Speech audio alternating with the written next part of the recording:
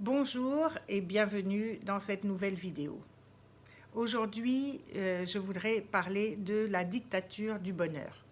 Enfin, je voudrais évoquer cet article du Monde qui titrait «L'apicratie», alors happy comme heureux, l'apicratie, la dictature du bonheur. Et alors cet article parlait de ce développement d'une industrie autour du bonheur. On écrit des livres, on crée des formations, il y a des conférences, etc., qui aident les gens à se sentir mieux, à être plus heureux. Et le Monde, enfin le journaliste du Monde trouvait que vraiment c'était une injonction maintenant à être heureux dans la société, dans l'entreprise, et dans l'entreprise notamment, c'était un gage de productivité que d'avoir des employés heureux.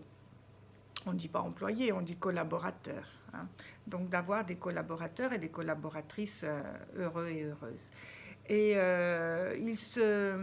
il mettait l'accent sur le fait que c'était une injonction d'être heureux maintenant. Ok. Bon, je vais juste commenter le fait qu'ils disent que le bonheur est maintenant une industrie. Oui, je suis assez d'accord avec ça. Bien sûr, il y a plein de livres qui sortent sur comment mieux vous aimer pour mieux aimer les autres.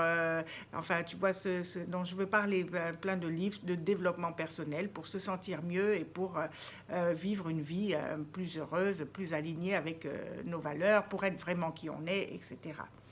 Oui, ça existe. Des conférences pour être plus heureux, ça existe aussi. Des formations, j'en ai construit une, pour se reconnecter à soi après une séparation, reconstruire son image, reconstruire la communication avec soi-même et avec les autres, et bien d'autres choses encore.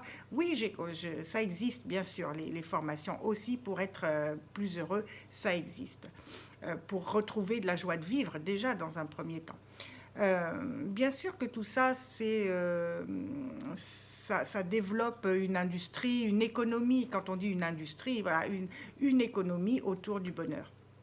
Mais moi, je voulais juste aujourd'hui attirer ton attention sur l'économie qui existe autour du malheur. Et ça gêne personne. Le fait que des obsèques, puisse revenir à 10 000 euros, bon, ça gêne personne. Le fait que les laboratoires pharmaceutiques se sucrent en vendant des antidépresseurs, ça gêne personne. Le fait que parfois il faille faire une psychothérapie pendant 10 ans pour commencer un peu à pardonner à sa mère, ça gêne personne. Je dis ça au hasard, quoi. Ça gêne personne. Enfin, tout le monde trouve ça, c'est rentré dans les mœurs, c'est normal. En revanche, de devoir payer pour se sentir plus heureux, alors là, tout d'un coup, ce sont des charlatans. Alors moi, c'est ça qui m'ennuie, déjà parce que je me sens, je me sens visée et que je ne suis pas du tout, je ne sais pas comment on dit, charlatan au féminin. D'ailleurs, ça n'existe pas, c'est un mot qui n'existe pas au féminin.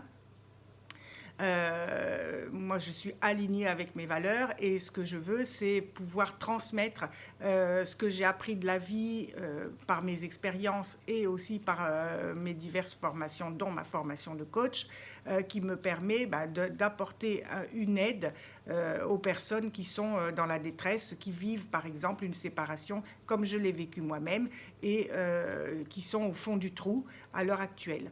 Donc, pourquoi je les laisserai alors que moi je sais, je sais pour moi et j'ai une vision qui peut aider certaines personnes, pourquoi je ne les en ferai pas profiter et pourquoi je le ferai gratuitement. C'est un travail, donc c'est normal que ce travail soit rémunéré. Donc voilà, pour moi, il y a ces deux pendants, bonheur, malheur, et on s'offusque que le bonheur puisse être source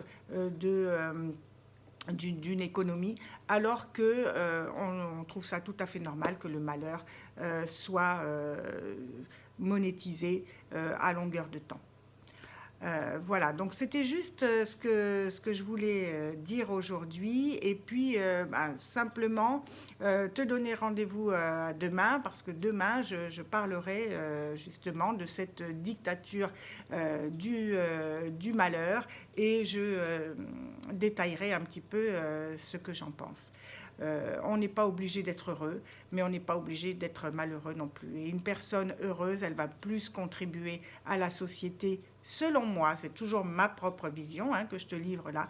Une personne qui est bien dans ses baskets, eh ben, elle va pouvoir plus offrir, plus donner qu'une personne qui se sent mal. On l'a tous vu, on l'a tous vécu. Enfin, peut-être que toi, tu ne l'as pas vécu, je te le souhaite.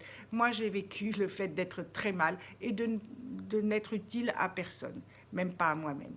Donc, je sais qu'une personne qui se sent bien, qui est heureuse, eh ben, elle va pouvoir contribuer à la société.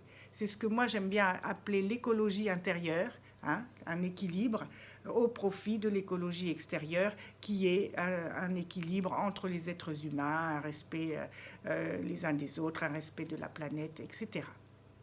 Je te donne rendez-vous à demain.